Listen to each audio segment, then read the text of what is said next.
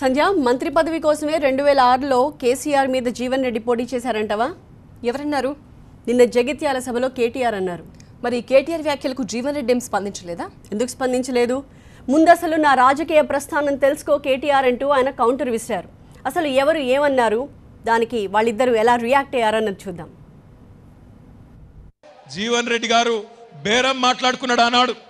రాజశేఖర రెడ్డి గారు నేను ఎట్లాగో ఓడిపోతా నాకు తెలుసు, గెలిచే అవకాశమే లేదు, తెలంగాణలో కేసీఆర్ను ఓడగొట్టేటోళ్ళు ఎవరు పుట్టలేదు, కానీ నేను ఓడిపోతే నాకు మంత్రి పదవి ఇవ్వాలని చెప్పి బేరమాడుకొని ఆనాడు కేసీఆర్ను ఓడగొట్టే ప్రయత్నం చేసిన జగిత్యాల శాసనసభ్యుడు జీవన్ రెడ్డి గారు ఏమన్నాడు? మొన్న అసెంబ్లీలో మీరే చూసిండ్రు.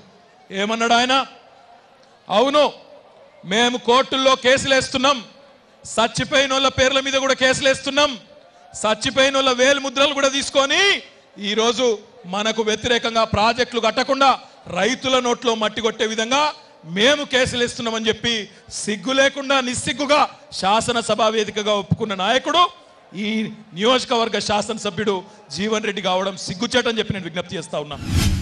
మరి ఆనాడు నేను 2006 పార్లమెంట్ ఉప ఎన్నికల్లో కేసీఆర్ గారిపై పోటీ చేయడం, మరి మంత్రివర్గంలో అవకాశం పొందడానికి అనేటువంటి ఒక భావన వచ్చేదిగా మాట్లాడటం మరి కేసీఆర్ యొక్క అవివేకానికి నేను నిదర్శనంగా భావిస్తున్నాను చెప్పంటున్నా. నేను కేసీఆర్ కంటే ముందు ఎమ్మెల్యే అయినా, కేసీఆర్ గారి కంటే ముందు మంత్రిని అయినా,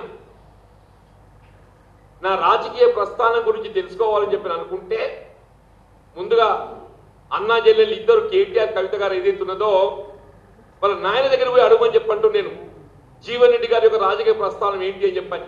అసలు 1999లో చంద్రబాబు నాయుడు గారు తిరిగి ముఖ్యమంత్రిగా బాధ్యతలు చేపట్టిన తదుపరి కేసీఆర్కు మంత్రి వర్గంలో అవకాశం కల్పిస్తే టీఆర్ఎస్ పార్టీ పెట్టేటోడా? చనిపోయిన వాళ్ళ ముద్రలు పెట్టి మరి కేసులు వేయించిండ్రు, జీవన్ రెడ్డి గారు ధృవీకరించిండ్రు. ఒకసారి అసెంబ్లీ రికార్డు తీసి పరిశీలిస్తావా అని చెప్పంటూ నేను మిస్టర్ కేటీఆర్ ఒకసారి అసెంబ్లీ రికార్డు తీసి పరిశీలించు. నేను ఏం మాట్లాడినో కేటీఆర్ గారు అసెంబ్లీ శాసనసభ రికార్డు తప్పుదో పట్టించే విధంగా ఆయన మాట్లాడడం, నేను ప్రివిలేజ్ మోషన్ కింద ఏదైతుందో ఆయన ప్రివిలేజ్ నోటీస్ ఇస్తున్నా నేను